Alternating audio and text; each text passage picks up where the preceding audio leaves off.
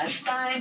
Nagpapasalamat ako, Jeff, sa inyo, ang Campus Medley na nagkaroon na sumati sa, diba? I-guess natin nga pala sila one of these days. Yes, yes. At paparinig natin kung ano yung mga, at paano sila umawit. Wow. Pero yan, tama-tama yan, tama-tama. Okay, nakisama dito sa Himig ng Kalayaan na ika-4 na serye na. At marami ng nakakapanood. Ang ano nga mamaya, nakakatuwa dahil ako naman incidentally ay di ba naging tagapangasiwa din sa Aguinaldo Shrine. Pero during my time ay wala pa yan yung Kalayaan Festival. 2005 pa rin simulan. So 10 years na. 10 years na. Actually, nagkano siya noong panahon ni Governor Maliksi.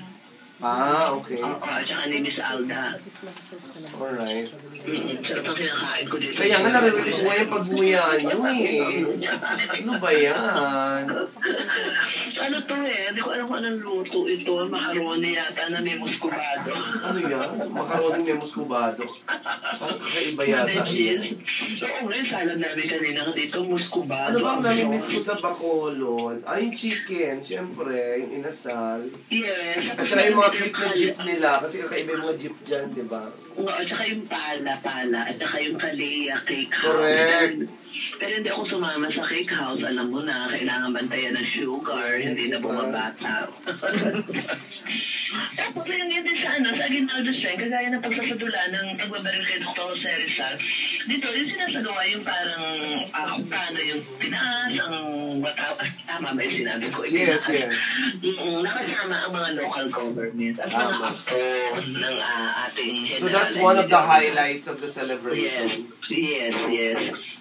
Well, yun, that's a very nice input. On this, in this juncture, at this juncture, meron tayong isang portion naman ng mga limot ma'am na Caviteño sa Cavite. Medyo hindi ko ito nagustuhan mga limot. Dapat hindi natin sila kinakalimutan. O mga naalala na. Mga naalala ang Caviteño ng nakaraan. Iba natin. Mga naalala. Kasi di na limot, naalala na eh. Di ba? Hindi sila limot. So sige, pakinggan natin muna yung ating opening dito para sa intro nitong ating segment na ito. Sige ma'am.